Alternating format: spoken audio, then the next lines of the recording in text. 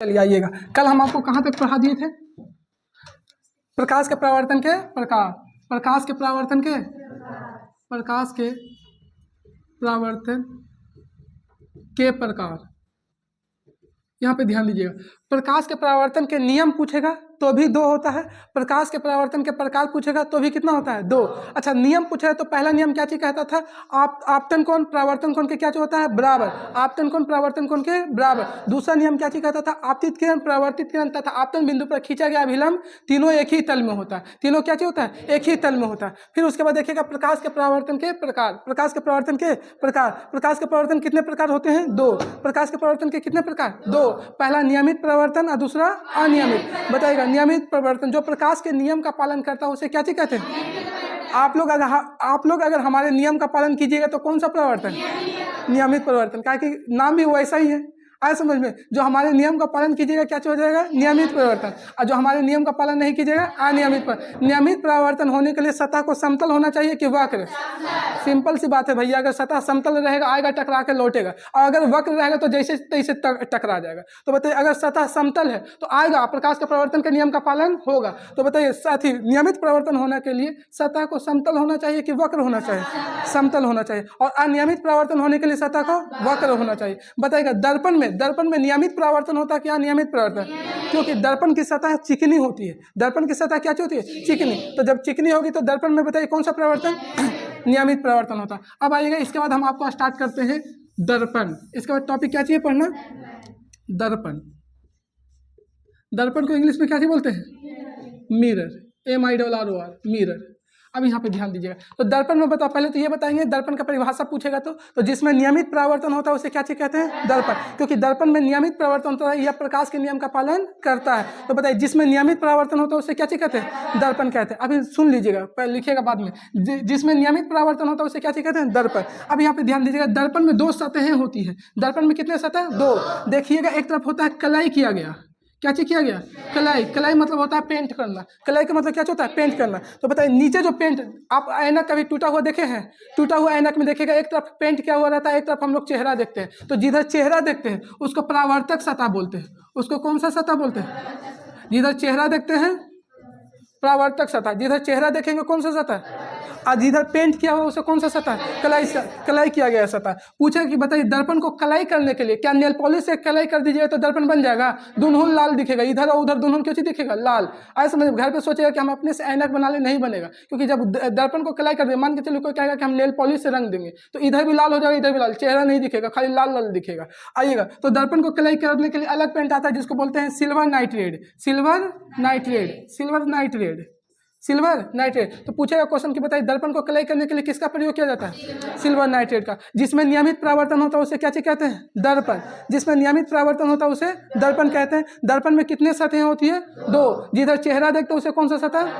और जिधर चेहरा नहीं देखते, कलाई। पीछे पेंट किया हुआ उसे कौन सा सतह? कलाई किया गया सतह। कलाई करने के लिए क्या चीज का प्रयोग किया जाता है? सिल्वर नाइट्रेट का। क्या चीज का? सिल्वर नाइट्रेट का प्रयोग किया जाता है। अब यहाँ पे ध्यान दीजिएगा, दर्पण पूछेगा कि दर्पण के प्रकार, तो दर्पण दो प्रकार के होते हैं। दर्पण कितने प्रकार के? दो। एक होता है समतल दर्पण। कौन सा दर्पण? समतल दर्पण। और दूसरा होता है गोलीय दर्पण।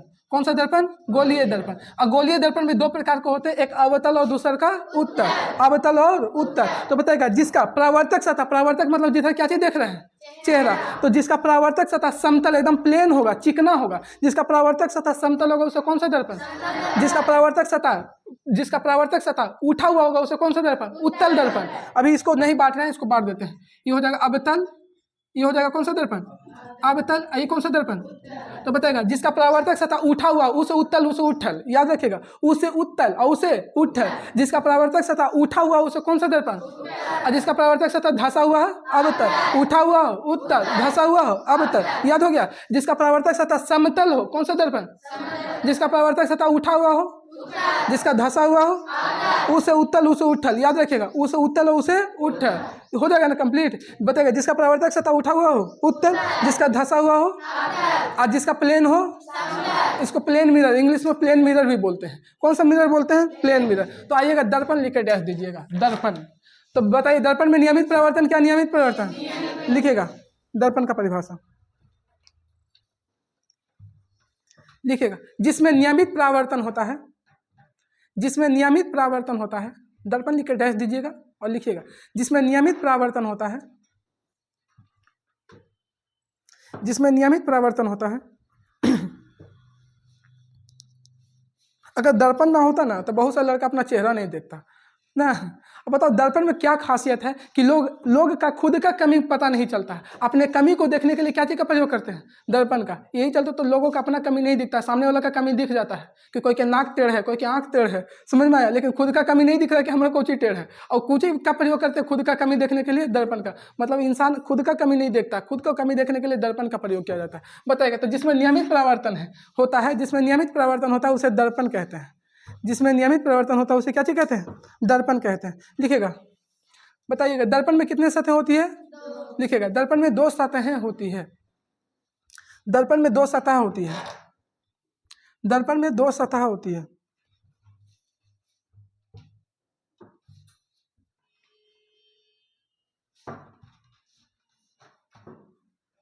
दर्पण में कितने सतह होती है, 2 सतह। पहला कौन सा, परावर्तक सतह, और दूसरा कौन सा, कलाई की गई सतह, कलाई की गई सतह। लिखिएगा, परावर्तक सतह लिख के डैश दीजिएगा पहला। ये पहले लिख लीजिए कि पहला होता है परावर्तक सतह, दूसरा होता है कलाई की गई सतह, और उसके बाद लिख के डैश दीजिएगा परावर्तक सतह।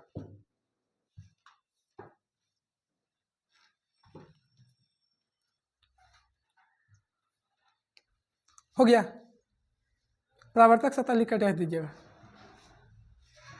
लिखिएगा, जिससे प्रकाश की परावर्तन की घटना घटती है, जिससे प्रकाश की परावर्तन की घटना घटती है। अच्छा आप ही बताइएगा, प्रकाश की परावर्तन की घटना ऊपर से घटेगा कि नीचे से?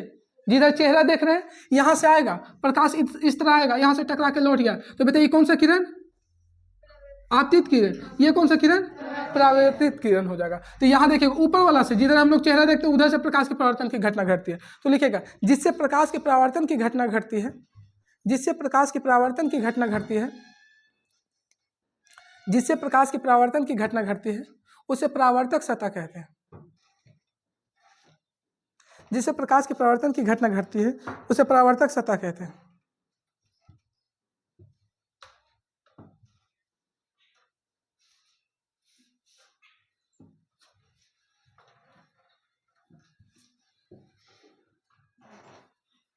दूसरा लिखेगा कलाई की गई सतह।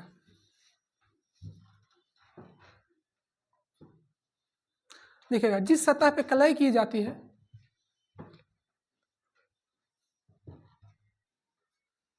लिखिए दर्पण के पीछे कर दीजिएगा, दर्पण के पीछे कलाई की गई सतह, दर्पण के पीछे, दर्पण के पीछे उसको काट दीजिएगा, फिर लिख लीजिएगा दर्पण के पीछे पेंट की गई सतह, दर्पण के पीछे पेंट की गई सतह कलाई की गई सतह कहलाती है। दर्पण के पीछे पेंट की गई सतह कलाई की गई सतह कहलाती है। दर्पण के पीछे पेंट की गई सतह कलाई की गई सतह कहलाती है। दर्पण के पीछे पेंट की गई सतह कलाई की गई सतह कहलाती है। बताइएगा, दर्पण को कलाई करने के लिए किसका प्रयोग किया जाता है, सिल्वर नाइट्रेट का, AgNO3। लिखिएगा अगला पॉइंट में, दर्पण को कलाई करने के लिए, दर्पण को कलाई करने के लिए, दर्पण को कलाई करने के लिए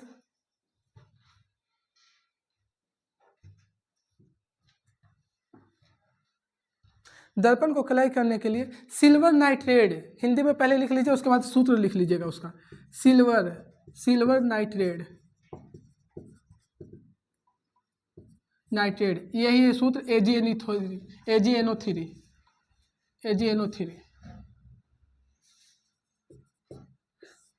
दर्पण को कलाई करने के लिए सिल्वर नाइट्रेट AgNO3 का प्रयोग किया जाता है, का प्रयोग किया जाता है। मिटाए ना इसको, देखिएगा आप,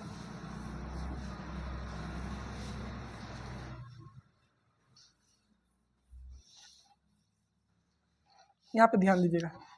ये बताइए, ये कौन सा सतह है, नीचे वाला,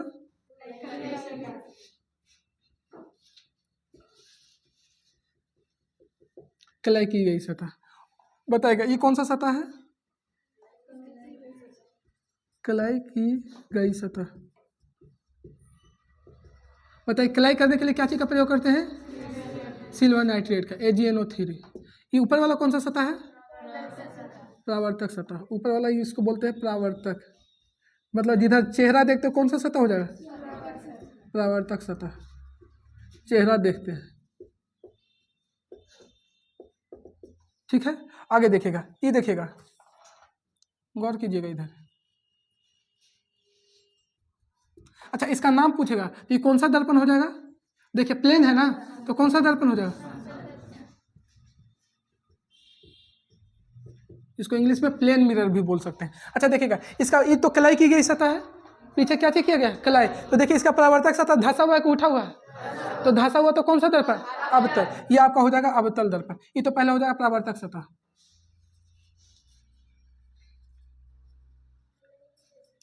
सॉरी, कलाई की गई सतह, बड़ी बड़का मिस्टेक हो गया ना। कलाई की गई सतह, ये कौन सा सतह हो जाएगा? परावर्तक सतह।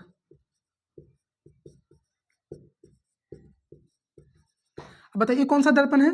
अवतल का उत्तल? अवतल दर्पण। कट जाएगा नीचे, लिख लीजिएगा यहाँ पे अवतल दर्पण। ये आपका अवतल दर्पण है। कौन सा दर्पण है? अवतल दर्पण। अब यहाँ पे ध्यान दीजिए, अगला नेक्स्ट,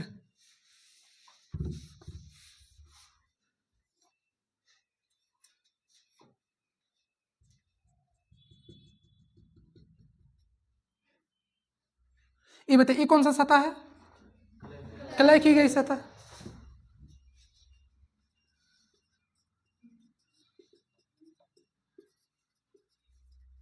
बताइए ये कौन सा सतह है? परावर्तक सतह।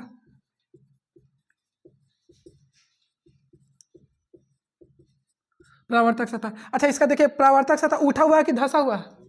तो उसे उठल और उसे उत्तल, ये उत्तल दर्पण होगा क्या? अवतल दर्पण। ये हो जाएगा आपका उत्तल दर्पण। आधा बच्चा को दर्पण पहचान में नहीं आता है। तो जिसका परावर्तक सतह धंसा हुआ होगा, जिसका उठा हुआ होगा, और जिसका प्लेन होगा समतल दर्पण। तीनों फिगर उतार लीजिएगा।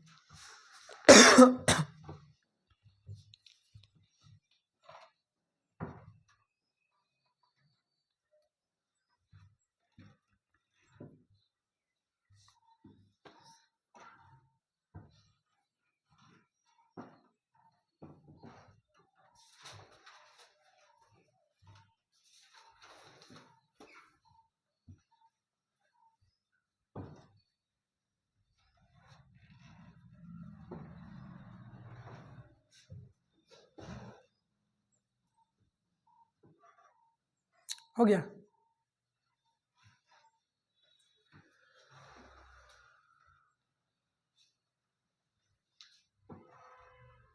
कोई पूछेगा कि बताइए परावर्तक सतह किसे कहते हैं, तो जिधर चेहरा देखते हैं उसे कौन सा सतह बताएगा? अब अवतल दर्पण का परावर्तक सतह धंसा हुआ होता है कि उठा हुआ? उत्तल का कैसे याद रखेगा? उसे उत्तल और उसे उठल। कैसू कंप्लीट रखना है, बस हमको याद से मतलब है। एग्जामिनर ये नहीं पूछेगा कि तू याद कैसे करके आया, उसको डिफिनेशन से मतलब है, डिफिनेशन हम लोग दे देंगे।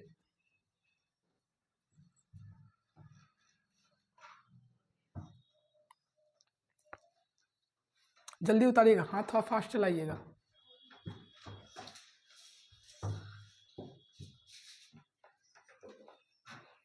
अच्छा कोई और बता सकते हैं? इस सिल्वर नाइट्रेट को तो दर्पण को कलाई करने के लिए प्रयोग किया जाता है, इसका एक जगह और उपयोग है। चुनाव चिन्ह में जो हम लोग इलेक्शन देते हैं तो देखिएगा एक हाथ पे फिंगर पे लगाता है स्याही, उसमें भी प्रयोग यही रहता है, सिल्वर नाइट्रेट। बाद में इलेक्शन देके आके वो पपीता के दूध से मिटाते हैं कि भले मिट जाए, नहीं मिटाता, बड़ी टाइम लगता है मिटाने में। ये कौन सा है? इसी का प्रयोग किया जाता है, सिल्वर नाइट्रेट का। तो पूछेगा कि दर्पण की कलाई करने के लिए या फिर चुनाव चिन्ह में किसका प्रयोग किया जाता है? सिल्वर। आगे पॉइंट में लिखा रहे, इतना उतार लिए।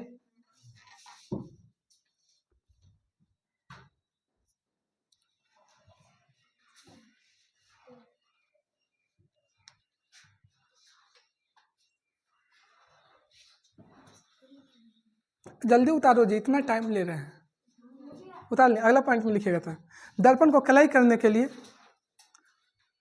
दर्पण की कलाई या दर्पण की कलाई या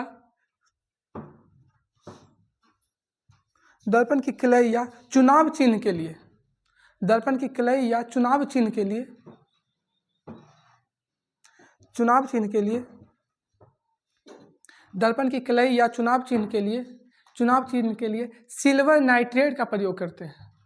चुनाव चिन्ह के लिए सिल्वर नाइट्रेट का प्रयोग करते हैं। या तो दर्पण की कलई पूछेगा तो भी सिल्वर नाइट्रेट, चुनाव चिन्ह पूछेगा तो भी सिल्वर नाइट्रेट।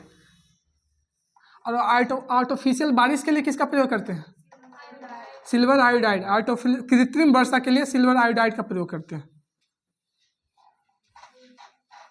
चलिए आइए अब दर्पण को बांटते हैं।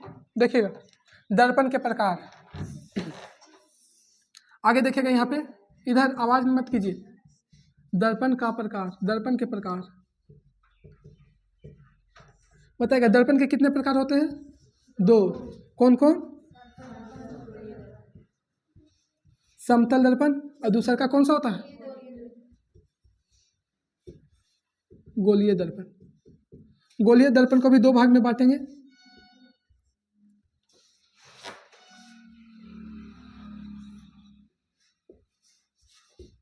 अवतल और अवतल दर्पण और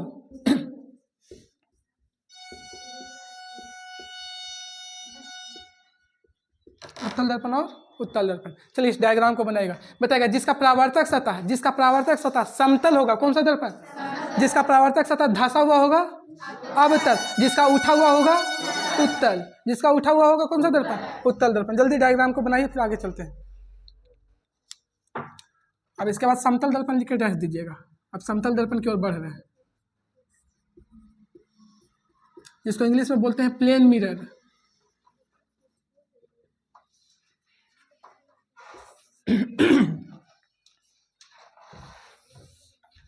प्लेन मिरर,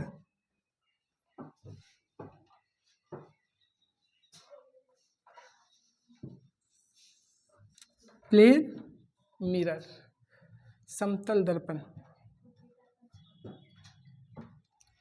गोलीय दर्पण वो आएगा उसको लिखाएंगे, आगे आएगा। गोलीय दर्पण वहां पे पढ़ाएंगे तो आ जाएगा।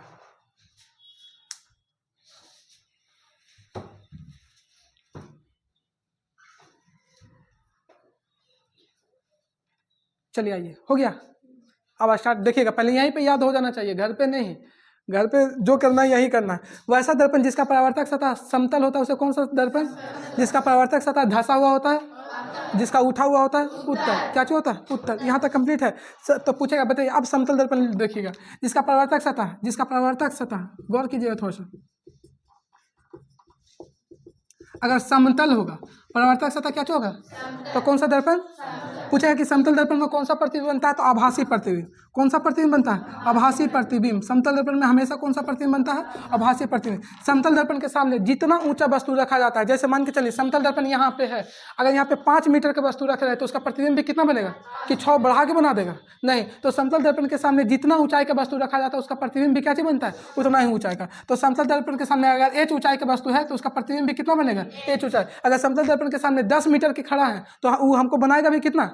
10 मीटर के सामने 10 मीटर ऊंचाई का ही बनेगा। यहाँ पे ध्यान दीजिए। तो समतल दर्पण के सामने जितना ऊंचाई का वस्तु रखा जाता है उसका प्रतिबिंब भी उतना है। अगर हम 5 मीटर के तो वो भी कितना बनाएगा? 5। कि हमारा 6 कर देगा।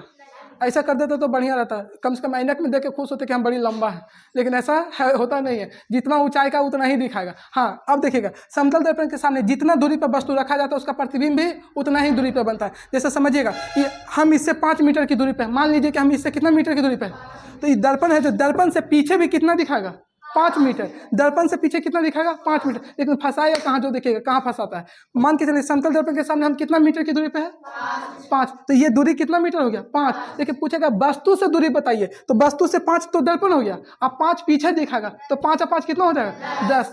गौर कीजिएगा यहाँ पे 2 चीज फंसाएगा। अगर दर्पण से पूछेगा तो 5 ही मीटर होगा, अब वस्तु से पूछ देगा तो हमारा वाला दूरी जुट ही जाएगा, मेरा दूरी क्या हो जाएगा? जुड़ जाएगा। तो 5 ही वाला हो गया, अब 5 पीछे बनेगा, तो 5 और 5 कितना बन जाएगा? तो बताएगा समतल दर्पण के सामने जितनी ऊंचाई के वस्तु रखा जाता है उसका प्रतिबिंब भी उतना ही ऊंचा बनता है। एक पॉइंट और पूछेगा कि समतल दर्पण के सामने, समतल दर्पण के सामने जितनी दूरी पर, दूरी बराबर होता है, वस्तु की दूरी और प्रतिबिंब की दूरी इक्वल होगा। वस्तु की दूरी और प्रतिबिंब की दूरी क्या होगा? इक्वल। प्रतिबिंब की दूरी, जैसे अगर मान के चलिए यहाँ पे समझिएगा, कट रहा है क्या?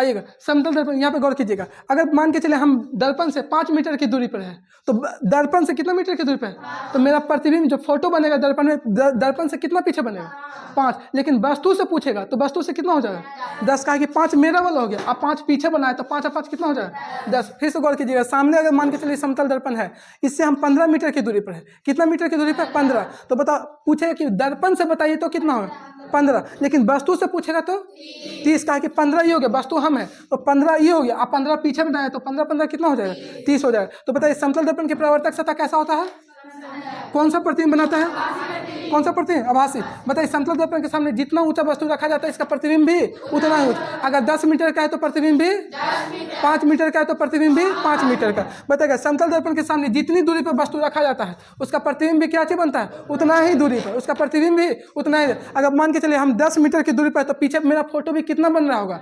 लेकिन वस्तु से पूछेगा तो 10 मेरा वाला जुड़ जाएगा और 10 पीछे वाला, तो कितना हो जाएगा, 20। जैसे मान के चलिए इस समतल दर्पण है, गौर कीजिएगा, यहाँ पे समझिएगा, ये कौन सा दर्पण है, यहाँ पे हम कोई गुलदस्ता रख दे रहे हैं, गुलदस्ता। अब हमें गुलदस्ता बना भी नहीं आ रहा, आई दादा। मान के चलिए कोई वस्तु रखा हुआ, छोड़िए यहाँ पे, ये मान के चलिए यहाँ से दूरी 5 मीटर है, कितना मीटर, 5। तो बताइए दर्पण में पीछे इसका फोटोइयो बनेगा जो कितना बनेगा, 5 मीटर बनेगा ना। यहाँ पे अभी गुलदस्ता दिखेगा, ऐसा दिखेगा। अब यहाँ पे गौर कीजिएगा, गुलदस्ता उधर देखेगा, तो पूछेगा दर्पण से पूछेगा तो दर्पण से कितना, लेकिन वस्तु से पूछेगा तो 5 ई बोला और 5, तो 5 और 5 कितना हो जाएगा। अच्छा, इसका ऊंचाई अगर मान के चलिए 3 मीटर का है, ऊंचाई इसका कितना मीटर है, तो ऊंचाई भी कितना मीटर दिखाएगा, ऊंचाई में कोई चेंजिंग नहीं हो जाएगा। 3 मीटर है तो 3 मीटर दिखाएगा, अगर 4 मीटर है तो 4 मीटर ही दिखाएगा। लेकिन दूरी कैसे कंफ्यूज करेगा, कभी दर्पण से पूछ देगा, कभी तो वस्तु से पूछेगा तो दुगना हो जाएगा कि दुगना नहीं होगा, दुगना हो जाएगा। वस्तु से पूछेगा तो क्या हो जाएगा, और दर्पण से पूछेगा तो वही रह जाएगा, दर्पण से पूछेगा तो क्या हो जाएगा, वही। तो बताइए समतल दर्पण जिसका परावर्तक सतह समतल होगा, कौन सा दर्पण, समतल दर्पण में कौन सा प्रतिबिंब, समतल। बताइए समतल दर्पण के सामने जितनी ऊंचाई पर वस्तु रखा जाता है, उसका प्रतिबिंब भी, अगर हम 5 फीट के तो कितना दिखाएगा, अगर 10 फीट दिखा दे तो मजा आ जाता है, समझ में आया। फोटो खींच को वही भेजते कि देख हम इतना लंबा है, जबकि है नहीं, आया समझ में। आगे जितना दूरी पर वस्तु होता है, उसका प्रतिबिंब भी उतना ही दूरी पर बनता है। जितना दूरी पर, अगर 5 मीटर पर है तो प्रतिबिंब 5 मीटर, 10 मीटर पर है तो दर्पण से प्रतिबिंब 10 मीटर, लेकिन वस्तु से पूछेगा तो 20, 10 ही या 10 ऊ, 10 और 10 कितना हो जाएगा, 20। अब आगे देखिएगा, आगे समझिएगा आप थोड़ा सा। समतल दर्पण की फोकस दूरी, समतल दर्पण की फोकस दूरी एवं वक्रता त्रिज्या, वक्रता त्रिज्या, समतल दर्पण की फोकस दूरी एवं वक्रता त्रिज्या दोनों अनंत होती है। दोनों क्या होती है, अनंत। ना फोकस के पता है ना वक्रता त्रिज्या का, दोनों क्या होता है, अनंत। तो क्वेश्चन पूछा हुआ है, बड़ी बार क्वेश्चन पूछ दिया 10th में कि समतल दर्पण की फोकस दूरी क्या होती है, अनंत। फोकस दूरी पूछे या वक्रता त्रिज्या पूछे, दोनों क्या होती है, अनंत। आगे बताएंगे कि फोकस दूरी क्या होता है, वक्रता त्रिज्या क्या होता है। घबराइएगा नहीं, सब आगे चला देगा। तो लिखिएगा, पहले समतल दर्पण लिख के आप डैश दीजिएगा। अब यही बातों को लिखा देते हैं आपके कॉपी में, नोट डाउन। चलिए लिखिएगा, बताइए समतल दर्पण किसे कहते हैं, आप लोग ही बताइए, समतल दर्पण किसे कहते हैं।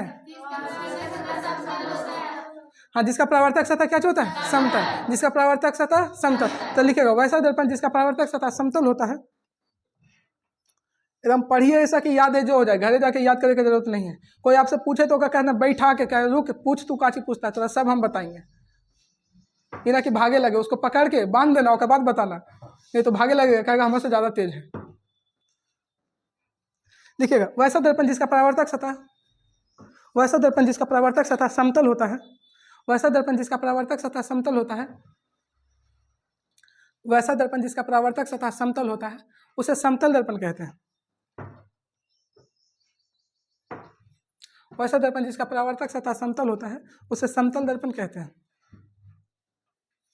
वैसा दर्पण जिसका परावर्तक सतह समतल होता है, उसे क्या चीज कहते हैं, समतल। अच्छा बताइएगा, समतल दर्पण में कितने सतह होगी, 2 गो। नीचे वाला कौन सा सतह, ऊपर वाला कौन सा सतह। तो लिखिएगा, समतल दर्पण में 2 सतहें होती है, समतल दर्पण में 2 सतहें होती है, समतल दर्पण में 2 सतहें होती है।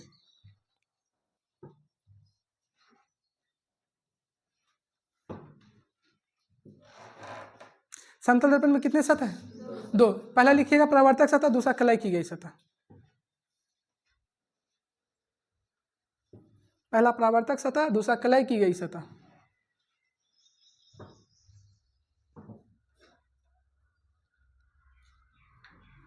पहला कौन सा सतह, दूसरा कौन सा सतह, पहला परावर्तक सतह लिख के रख दीजिएगा।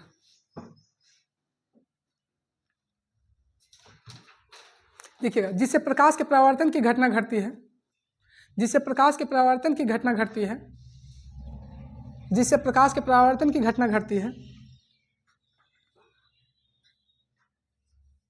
जिससे प्रकाश के परावर्तन की घटना घटती है, उसे परावर्तक सतह कहते हैं। जिससे प्रकाश के परावर्तन की घटना घटती है उसे परावर्तक सतह कहते हैं। जिससे प्रकाश के परावर्तन की घटना घटती है उसे परावर्तक सतह कहते हैं। उसे क्या चीज कहते हैं, परावर्तक सतह कहते हैं। दूसरा लिखिएगा, पॉइंट में लिख लीजिए, पॉइंट में लिखिएगा, समतल दर्पण को कलई करने के लिए, समतल दर्पण को कलई करने के लिए बताइए किसका प्रयोग करते हैं, हाँ, समतल दर्पण को कलई करने के लिए सिल्वर नाइट्रेट का प्रयोग करते हैं। समतल दर्पण को कलई करने के लिए सिल्वर नाइट्रेट का प्रयोग करते हैं।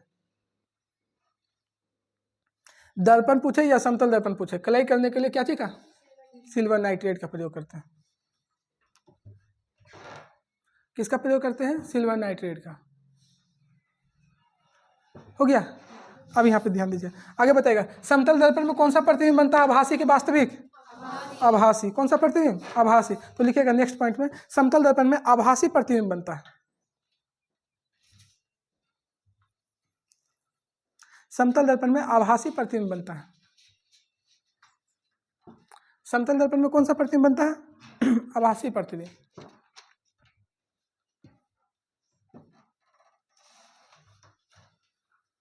अगला पॉइंट में लिखिएगा, अगला लिखिएगा, बताइएगा समतल दर्पण में फोकस दूरी एवं वक्रता त्रिज्या क्या चीज होती है, अनंत। नेक्स्ट पॉइंट में लिखिएगा, समतल दर्पण में, समतल दर्पण की फोकस दूरी एवं वक्रता त्रिज्या, समतल दर्पण की फोकस दूरी एवं वक्रता त्रिज्या अनंत होती है।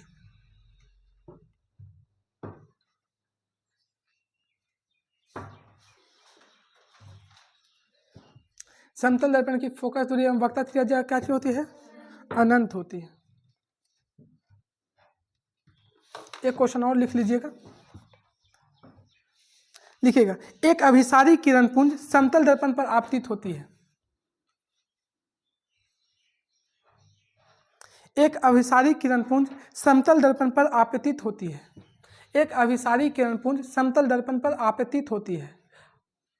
एक अभिसारी किरण पुंज समतल दर्पण पर आपतित होती है, आपतित होती है, तो परावर्तित किरण पुंज भी, तो परावर्तित किरण पुंज भी अभिसारी होगी। तो परावर्तित किरण पुंज भी अभिसारी होगी। तो परावर्तित किरण पुंज भी अभिसारी होगी। तो परावर्तित किरण पुंज भी अभिसारी होगी।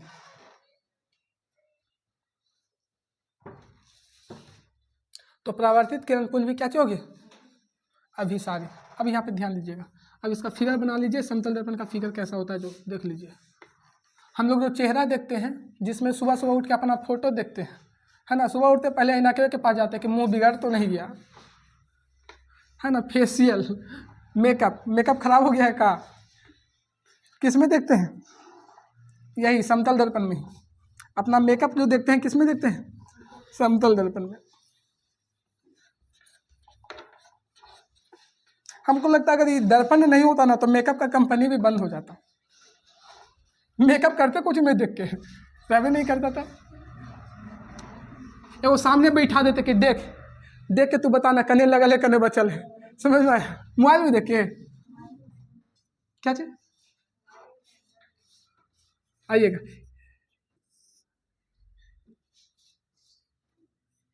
यहाँ पे ध्यान दीजिएगा,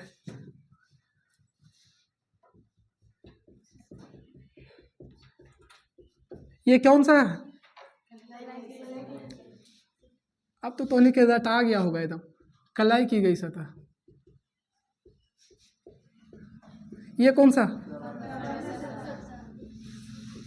हम लोग चेहरा किधर देखते हैं कि पीछे ऐनका के पीछे जाके देखते हैं ऐसे घूम के, पीछे तो प्लास्टिक लगा हुआ रहता है। ये बताइएगा ये कौन सा दर्पण है। अच्छा, आप इसको समतल काहे कह रहे हैं, काहे कि प्लेन है, क्या चीज है, प्लेन, तो कौन सा दर्पण हो जाए, समतल दर्पण। चलिए आगे आइएगा, इसको उतारिए। फिर अब आते हैं समतल दर्पण से प्रतिबिंब का निर्धारण। आगे हेडिंग मरवाएंगे।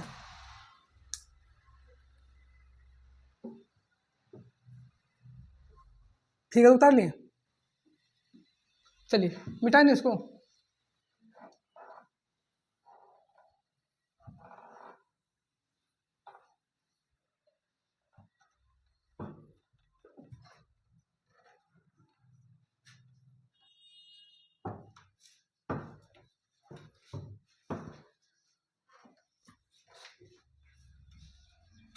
चलिए हो गया।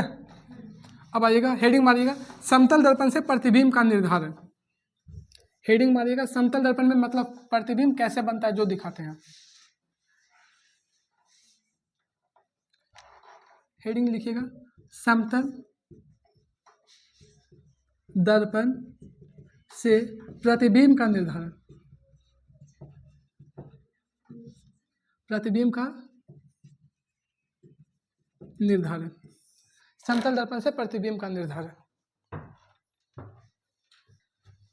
समतल दर्पण से प्रतिबिंब का निर्धारण। अच्छा बताइएगा, अभी हम बताएं कि समतल दर्पण के सामने जितना ऊंचा वस्तु रखा जाता है उसका प्रतिबिंब भी उतना है, जितना दूरी पर रखा जाता है उसका प्रतिबिंब भी उतना ही दूरी पर बनता है। लेकिन वस्तु से पूछेगा तो क्या हो जाता है, दुगुना, क्योंकि वस्तु वाला जुड़ जाएगा और पीछे बनाया जो दोनों जुड़ के बताएंगे। अब यहाँ पे ध्यान दीजिएगा, मान के चलिए कोई वस्तु हम रखें, ये समतल दर्पण है, ये कौन सा दर्पण है, समतल। इस पर कोई वस्तु हम रख दिए, इस पर कोई वस्तु रखा हुआ है पी क्यू, ये वस्तु का हम ले लेते हैं नाम पी क्यू है, पी और तो इसका प्रतिबिंब भी जो बनेगा नीचे, ये अगर एच ऊंचाई का है, अगर ऊंचाई इसका एच है तो इसका प्रतिबिंब भी कितना बनेगा, एच, क्योंकि हाइट में नो चेंजिंग होता है। अब यहाँ पे ध्यान दीजिएगा, ये बनेगा P1 Q1, यहाँ पे इसको PQ लिख लीजिए, इसको लिख लीजिए P1 Q1, P1 Q1, क्योंकि प्रतिबिंब बताइए आभासी प्रतिबिंब सीधा होता है कि उल्टा होता है, सीधा, तो यहाँ भी सीधा हो जाएगा। ऊंचाई में कोई चेंजिंग होगा, अगर ये वाला हाइट h है, ये हाइट क्या चाहिए h, तो ये भी हाइट क्या चाहिए होगा h। अब यहाँ पे ध्यान दीजिएगा, मान के चलिए यहाँ पे कोई किरण आया, ये किरण आया, तो ये बताओ ये टकरा के लौटेगा, लेकिन आभासी प्रतिबिंब बताए थे कि बनता है तो डॉट डॉट लाइन से दिखाते हैं। कौन सा लाइन से दिखाते हैं, अब बताओ समतल दर्पण में कौन सा प्रतिबिंब बनता है, आभासी, तो आभासी ही दिखाएंगे। मान के चलिए दूसरा किरण आया, ये भी ऐसे जाएगा, लेकिन इसको भी क्या चीज से दिखाएंगे, आभासी। लिखाए थे कि आभासी प्रतिबिंब को डॉट डॉट लाइन से दिखाते हैं।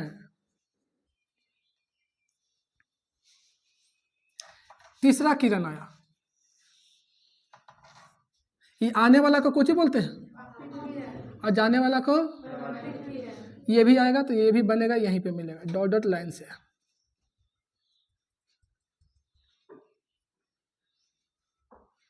ये आपका प्रतिबिंब बन गया नीचे। चलिए फिगर बनाइएगा जल्दी। ये आपका बताइए ये क्या चीज है, ऊंचाई, H फॉर ऊंचाई, ये भी आपका ऊंचाई हो जाएगा।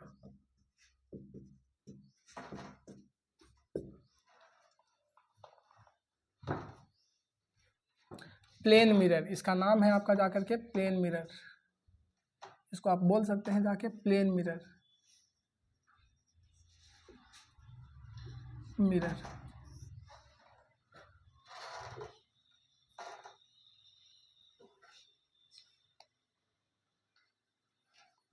अच्छा आपसे कोई पूछेगा क्या ये प्रकाश की किरण इस तरफ आ पाएगा कि नहीं आ पाएगा, नहीं, अगर आ जाता था तो फिर बन जाता वास्तविक प्रतिबिंब, तो नहीं आ पाएगा, तभी तो हम लोग डॉट डॉट लाइन से दिखाएं कि यहाँ पे मिलेगा जाकर के। और जब डॉट डॉट लाइन से मिल रहा है तो कौन सा प्रतिबिंब बनेगा, तो बताइए समतल दर्पण में वास्तविक प्रतिबिंब बनता है कि आभासी प्रतिबिंब, आभासी प्रतिबिंब। बताइए समतल दर्पण के सामने जितना ऊंचा वस्तु रखा जाता है उसका प्रतिबिंब भी उतना ही ऊंचा बनता है।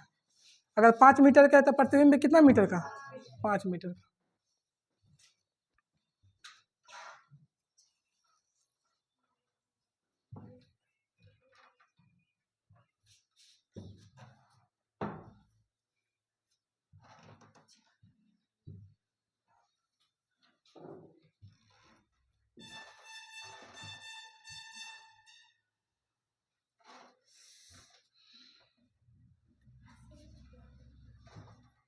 चलिए हो गया, फिगर उतार लिए।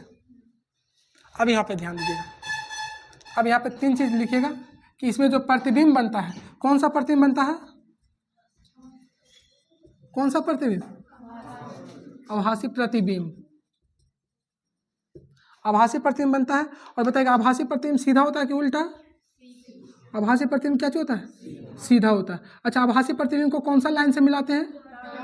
डॉट डॉट लाइन से, डायरेक्ट नहीं मिला सकते हैं, डॉट डॉट लाइन से।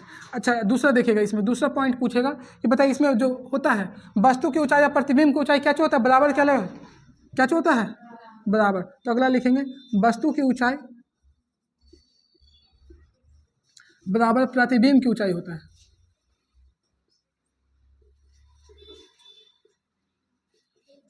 तीसरा पॉइंट इसमें बताइए वस्तु की दूरी या प्रतिबिंब की दूरी बराबर होता है कि अलग अलग होता है?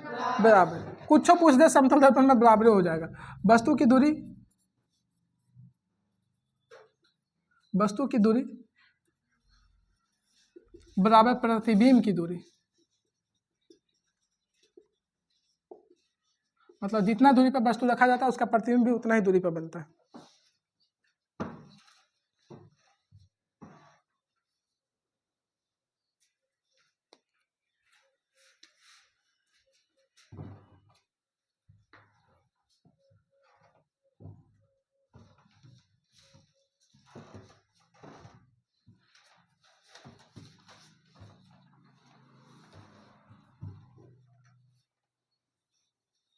चलिए, हो गया। आगे लिखिएगा, आप पॉइंट में लिखना स्टार्ट कीजिए जल्दी।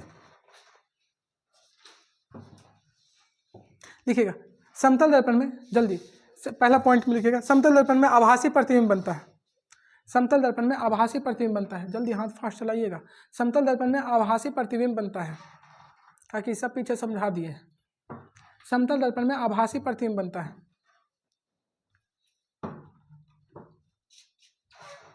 अगला, समतल दर्पण की फोकस दूरी एवं वक्ता त्रिज्या अनंत होती है।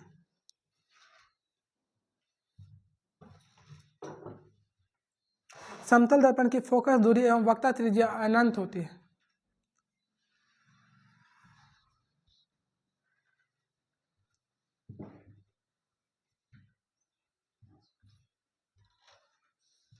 आगे अगला पॉइंट में समतल दर्पण की क्षमता शून्य होता है।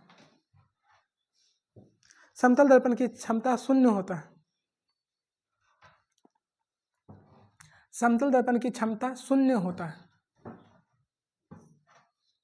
समतल दर्पण की क्षमता क्या होता है? शून्य। आगे पॉइंट में लिखिएगा, बताइएगा समतल दर्पण के सामने जितना ऊंचा वस्तु रखा जाता है उसका प्रतिबिंब भी उतना ही ऊंचा बनता है। तो नेक्स्ट पॉइंट में लिखिएगा समतल दर्पण के सामने जितनी ऊंची वस्तु रखी जाती है, समतल दर्पण के सामने जितनी ऊंची वस्तु रखी जाती है, समतल दर्पण के सामने जितनी ऊंची वस्तु रखी जाती है उसका प्रतिबिंब भी उतना ही ऊंचा बनता है। समतल दर्पण के सामने जितनी ऊंची वस्तु रखी जाती है उसका प्रतिबिंब भी उतना ही ऊंचा बनता है।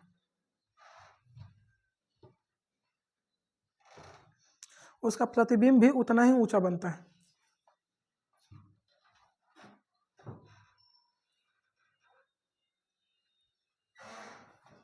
हो गया। समतल दर्पण के सामने जितनी ऊंची वस्तु रखी जाती है उसका प्रतिबिंब भी उतना ही ऊंचा। नेक्स्ट पॉइंट में लिखिएगा समतल दर्पण के सामने जितनी दूरी पर वस्तु रखी जाती है, समतल दर्पण के सामने जितनी दूरी पर वस्तु रखी जाती है उसका प्रतिबिंब भी उतना ही दूरी पर बनता है। समतल दर्पण के सामने जितनी दूरी पर वस्तु रखी जाती है, समतल दर्पण के सामने जितनी दूरी पर वस्तु रखी जाती है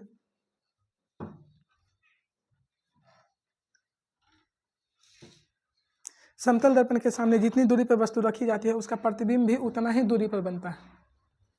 उसका प्रतिबिंब भी उतना ही दूरी पर बनता है। उसका प्रतिबिंब भी क्या चीज बनता है? उतना ही दूरी पर बनता है।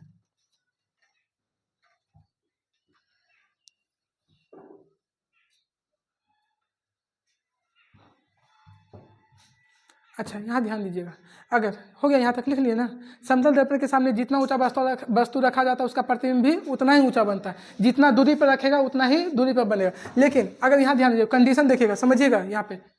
अब अगला एक कंडीशन में लिख लीजिएगा,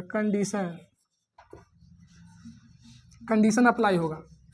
अब थोड़ा सा समझिएगा, अगर वस्तु से पूछेगा, पहले यहाँ ध्यान दीजिएगा, समतल दर्पण के सामने जितनी दूरी पर वस्तु रखी जाती है, मान के चलिए 10 मीटर की दूरी पर रखा गया है, तो दर्पण से कितना बनेगा? 10। दर्पण से पूछेगा तो उतना ही, दर्पण से 10 हो जाएगा। लेकिन वस्तु से पूछेगा तो 10E और 10E, तो 10 और 10 कितना हो जाएगा? 20 हो जाएगा। तो लिखिएगा कंडीशन में लिखिएगा समतल दर्पण में जब प्रतिबिंब की दूरी, समतल दर्पण में जब प्रतिबिंब की दूरी वस्तु से पूछी जाती है, समतल दर्पण में जब प्रतिबिंब की दूरी वस्तु से पूछी जाती है, समतल दर्पण में जब वस्तु की दूरी प्रतिबिंब से पूछी जाती है, सॉरी वस्तु से पूछी जाती है, अरे बाप रे, वस्तु से पूछी जाती है, समतल दर्पण में, समतल दर्पण में वस्तु प्रतिबिंब की दूरी, समतल दर्पण में प्रतिबिंब की दूरी, प्रतिबिंब की दूरी, प्रतिबिंब की दूरी वस्तु से पूछी जाती है, वस्तु से पूछी जाती है तो दुगना हो जाता है, तो दुगना हो जाता है। समतल दर्पण में प्रतिबिंब की दूरी, प्रतिबिंब की दूरी वस्तु से पूछी जाती है तो दुगना हो जाता है।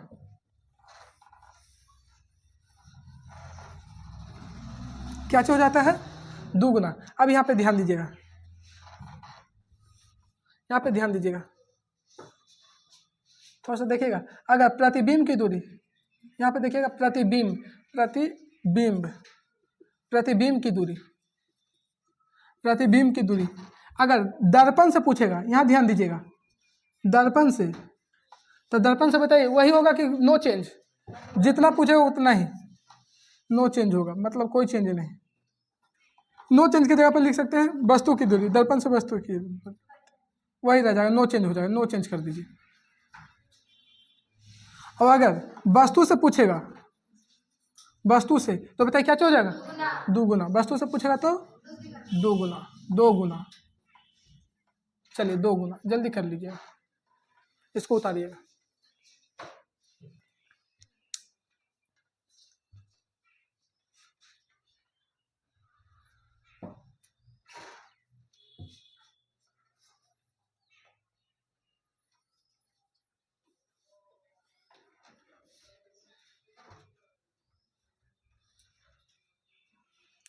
चलिए आगे आइएगा। हम आपको वास्तविक प्रतिबिंब में पढ़ाए थे कि वास्तविक कटान से बनने वाले प्रतिबिंब को वास्तविक, अब वास्तविक प्रतिबिंब दर्पण के आगे बनता था कि पीछे? आगे। अब आभासी प्रतिबिंब दर्पण के पीछे। तो देखिए, तो ये आभासी प्रतिबिंब दर्पण के कहाँ बन रहा है? पीछे।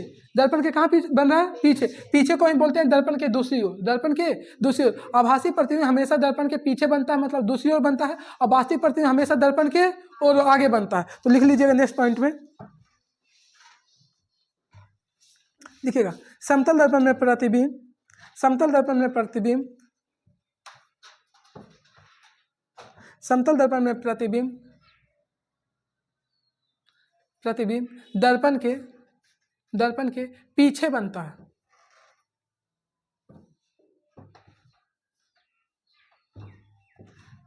दर्पण के पीछे बनता है। दर्पण के कहाँ बनता है? पीछे। अब आइएगा, इस पे थोड़ा सा नॉमेरिकल है, नॉमेरिकल कर लीजिए, उसके बाद फिर आगे चलते हैं।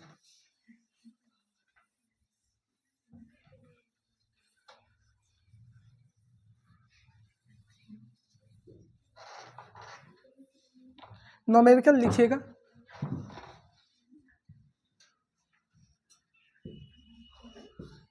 आइएगा, पहला क्वेश्चन लिखिएगा, क्वेश्चन दे रहे हैं, नॉमेरिकल लिख के और उसके बाद पहला नंबर क्वेश्चन लिखिएगा। फर्स्ट क्वेश्चन,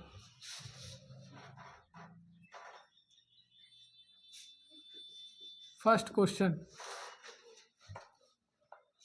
लिखिएगा।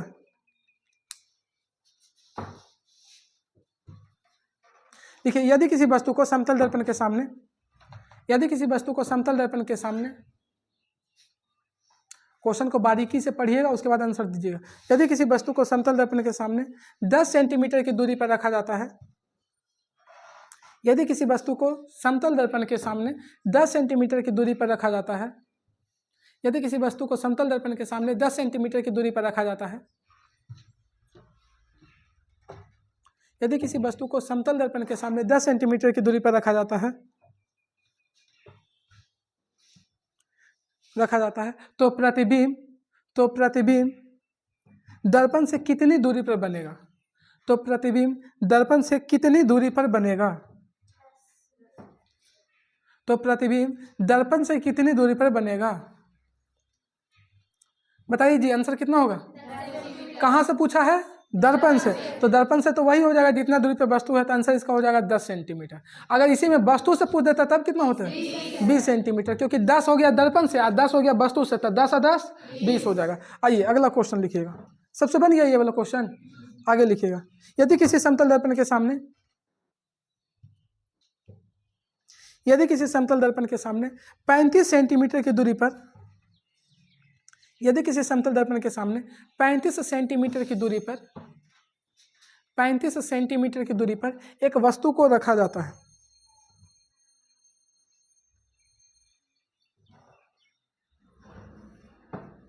रखा जाता है, तब उसका प्रतिबिंब, तब उसका प्रतिबिंब वस्तु से कितना दूरी पर बनेगा, तब उसका प्रतिबिंब वस्तु से कितना दूरी पर बनेगा, तब उसका प्रतिबिंब वस्तु से कितना दूरी पर बनेगा,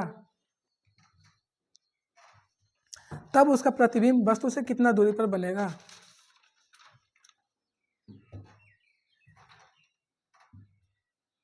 तब उसका प्रतिबिंब वस्तु से कितना दूरी पर बनेगा।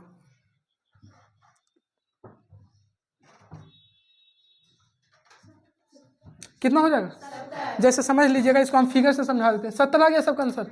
आगे मान के चलिए यहाँ पे देखिए समतल दर्पण है, ये कौन सा दर्पण है।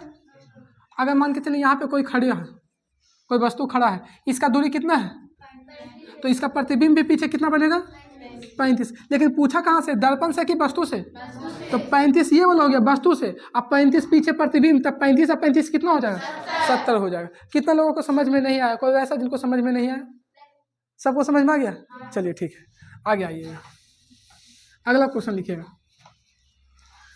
देखते हैं ये क्वेश्चन कितना लोग बना लेते हैं, ये थोड़ा क्वेश्चन में लॉजिकल है, देखते हैं कितना लोग दिमाग लगाते हैं। क्वेश्चन लिखिएगा, राधा 10 मीटर पर सेकेंड, राधा 10 मीटर पर सेकेंड की चाल से, राधा 10 मीटर पर सेकेंड की चाल से, राधा 10 मीटर पर सेकेंड की चाल से एक दर्पण की ओर दौड़ती है। राधा 10 मीटर पर सेकेंड की चाल से एक दर्पण की ओर दौड़ती है, दौड़ती है, दौड़ती है, हो गया।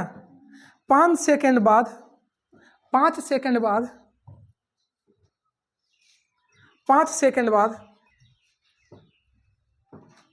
5 सेकेंड बाद दर्पण के अंदर अपना प्रतिबिंब, दर्पण के अंदर अपना प्रतिबिंब 5 सेकेंड बाद दर्पण के अंदर अपना प्रतिबिंब 25 सेंटीमीटर की दूरी पर देखती है, 25 सेंटीमीटर की दूरी पर देखती है। 5 सेकेंड बाद, 5 सेकेंड बाद, 5 सेकेंड बाद, 5 सेकेंड बाद वह दर्पण के अंदर, 5 सेकेंड बाद वह दर्पण के अंदर अपना प्रतिबिंब 25 सेंटीमीटर की दूरी पर देखती है। दर्पण के अंदर अपना प्रतिबिंब 25 सेंटीमीटर दूरी पर देखती है, 25 सेंटीमीटर की दूरी पर देखती है। तो दर्पण एवं राधा के बीच की प्रारंभिक दूरी बताएं। तो दर्पण एवं राधा के बीच की प्रारंभिक दूरी बताएं। तो दर्पण एवं राधा के बीच की प्रारंभिक दूरी बताएं।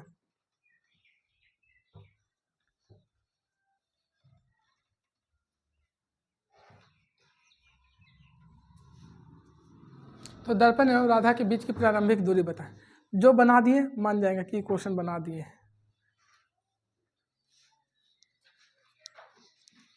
प्रारंभिक दूरी पूछा है, शुरू वाला दूरी पूछा है।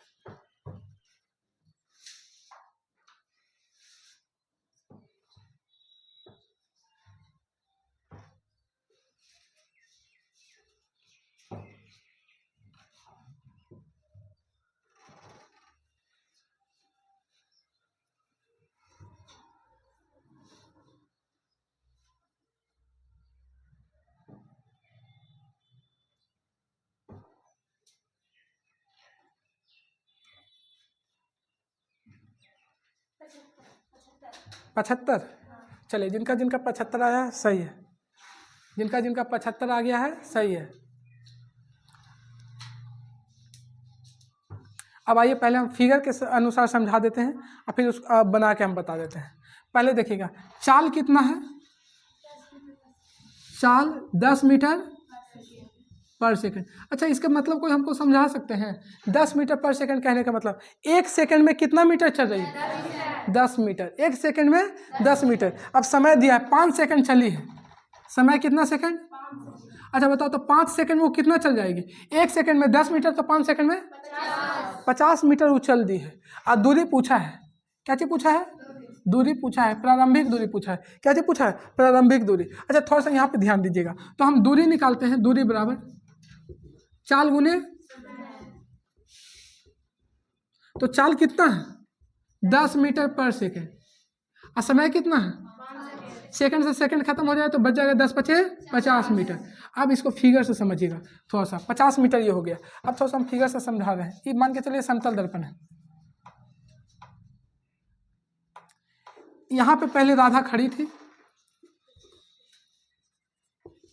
दूरी बराबर भाट। यहाँ पे राधा पहले खड़ी थी, मान के चलिए यहाँ पे राधा खड़ी थी, RADHA, ठीक है। 5 सेकंड चलने के बाद क्वेश्चन कह रहा है यहाँ से चलना स्टार्ट की है, 5 सेकंड चलने के बाद जब यहाँ पे पहुँची है, 5 सेकंड चलने के बाद 5 सेकंड चली है, कितना सेकंड चली है? 5 सेकंड। तब यहाँ पर आकर वो अपना जब फोटो देख रही है तो कितना मीटर पीछे दिखा रहा है? 25 सेंटीमीटर। कितना सेंटीमीटर? समझिएगा क्वेश्चन बहुत लॉजिकल क्वेश्चन है, थोड़ा सा समझिएगा। राधा यहाँ से चलना स्टार्ट की है, इसका चाल यहाँ पे कितना सेकंड है? 10। चाल इसका बताइए, 10 मीटर पर सेकंड।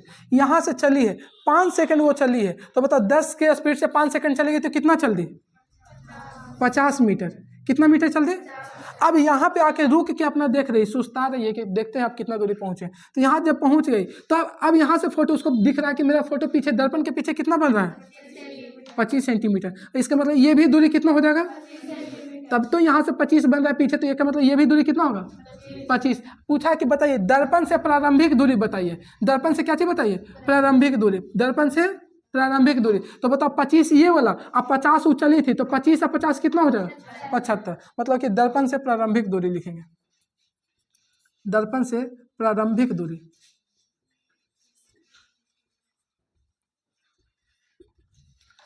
पचास तो पहले उछल का ही है, अब 25 सेंटीमीटर उसका प्रतिबिंब दिखा रहा है, तो 50 और 25 कितना हो जाएगा? 75 सेंटीमीटर। कितना लोगों को समझ में नहीं आया? समझ में आ गया? चलिए ठीक है।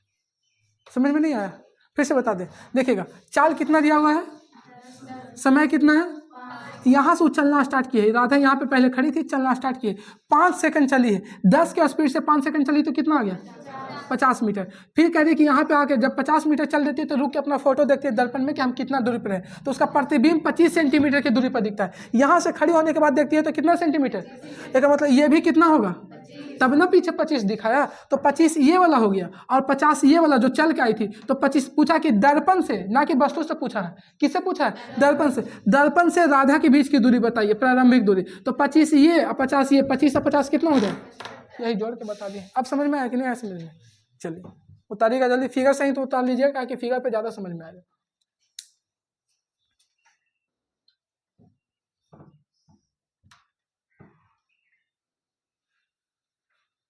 जल्दी उतारिएगा।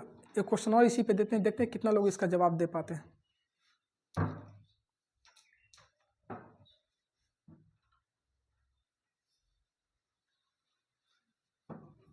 ये सब क्वेश्चन आपका पॉलिटेक्निक ये सब में पूछेगा, पॉलिटेक्निक ITI। बिहार बोर्ड की इतना औकात नहीं कि इतना भारी क्वेश्चन पूछ देगा। औकात की बात कह रहे हैं, समझ में आ गया? बिहार बोर्ड की इतना औकात नहीं कि इतना भारी क्वेश्चन पूछ दे। ये पॉलिटेक्निक लेवल का क्वेश्चन है।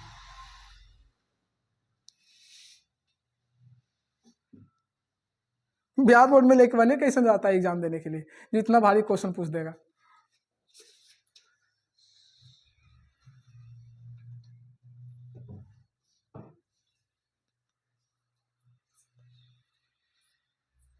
हो गया, नेक्स्ट क्वेश्चन आइएगा।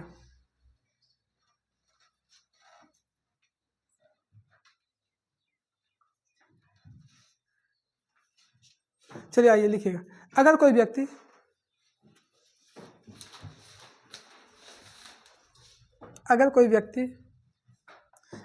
व्यक्ति किसी समतल दर्पण से अगर कोई व्यक्ति किसी समतल दर्पण से 25 सेंटीमीटर की दूरी पर है, अगर कोई व्यक्ति समतल दर्पण से 25 सेंटीमीटर की दूरी पर है, 25 सेंटीमीटर की दूरी पर है, 25 सेंटीमीटर की दूरी पर है, वह कर दीजिए, और वह दर्पण की ओर, और वह दर्पण की ओर, और वह दर्पण की ओर 10 सेंटीमीटर जाता है, और वह दर्पण की ओर 10 सेंटीमीटर जाता है, और वह दर्पण की ओर, और वह दर्पण की ओर 10 सेंटीमीटर जाता है।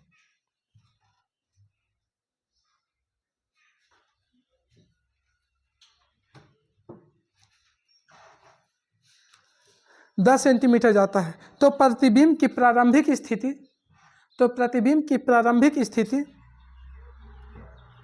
तो प्रतिबिंब की प्रारंभिक स्थिति, तो प्रतिबिंब की प्रारंभिक स्थिति एवं एवं एवं वस्तु की अंतिम स्थिति के बीच की दूरी बताएं। तो प्रतिबिंब की प्रारंभिक स्थिति एवं वस्तु की अंतिम स्थिति के बीच की दूरी बताएं।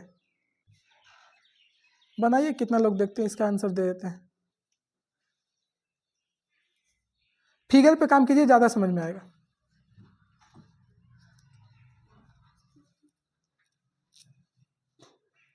फिगर पे काम कीजिएगा, ज़्यादा समझ में आएगा। फिगर पे काम कीजिए।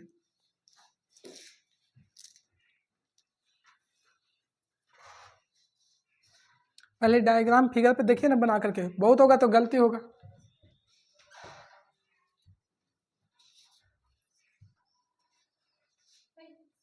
कितना? 35 नहीं, 40 आंसर आएगा। देख लेते हैं कितना आंसर आएगा। कंफर्म हम भी नहीं है, बनाएंगे तो पता चलेगा कितना आंसर आएगा।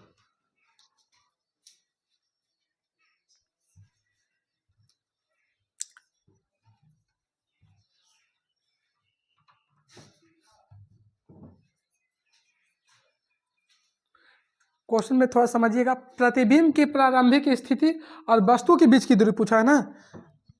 क्या चीज के बीच की दूरी पूछा है? वस्तु की अंतिम पूछा है, वस्तु की अंतिम स्थिति के बीच की दूरी, अंतिम स्थिति के बीच की दूरी पूछा है। क्वेश्चन थोड़ा घुमा दिया है, थोड़ा सा घुमाया है, दिमाग लगाइए।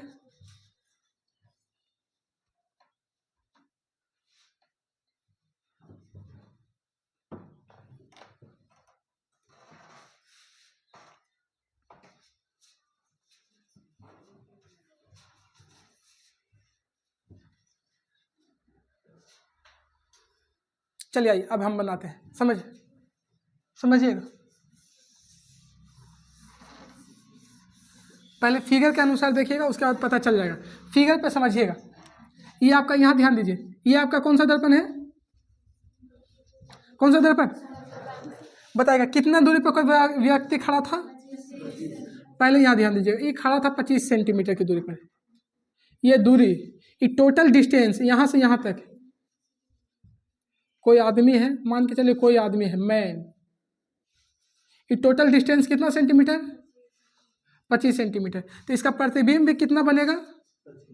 अभी देखिएगा, अभी भी कितना बनेगा? 25। जब ये खड़ा था तो ये भी बनेगा कितना सेंटीमीटर? 25 बनेगा, 25 सेंटीमीटर।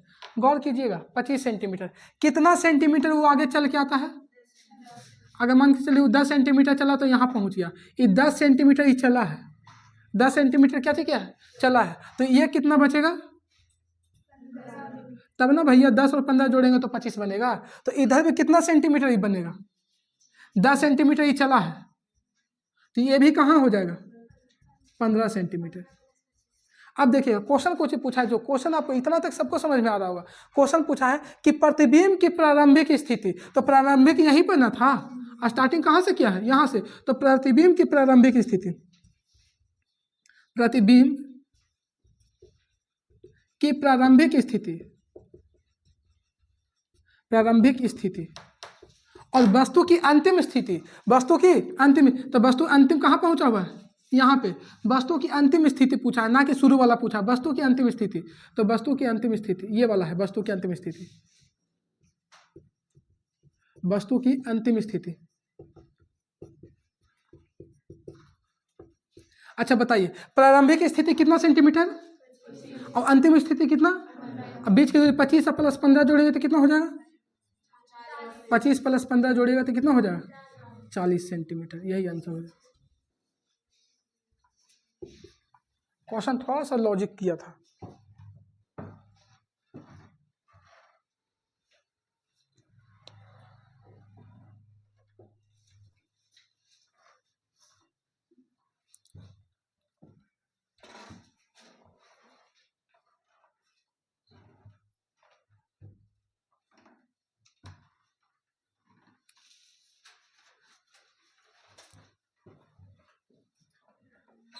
चलिए हो गया, आगे आइएगा, अगला टॉपिक पढ़ना है। यहाँ तक हो गया, नॉमेरिकल खत्म हो गया, टोटल जितना भी नॉमेरिकल था सब खत्म।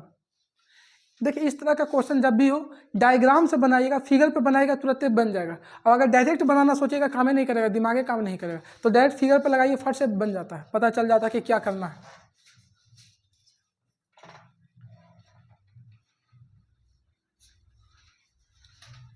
मिटाए मिटाए ना इसको, आगे आइएगा, अगला हेडिंग मारिएगा पार्श्व विस्थापन।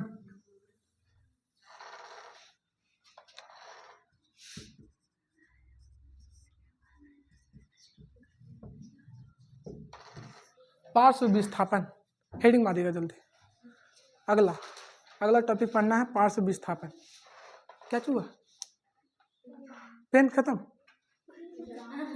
एग्जाम है। चलिए टॉपिक लास्ट पढ़ा के छोड़ देंगे। चलिए पार्श्व विस्थापन, कौन क्लास? 9th वाला का एग्जाम है? हाँ 10th वाला का, 8 वाला का? 8 वाला भी एग्जाम ना भी दीजिएगा तो पास हो जाइएगा। बिहार बोर्ड के यही तो नियम है, पढ़िए चाहे मत पढ़िए, आगे चलते जाइए।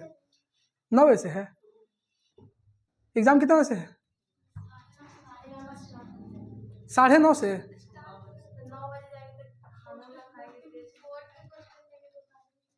अच्छा टाइम लगेगा। चलिए अगला वीडियो में ये वाला आएगा।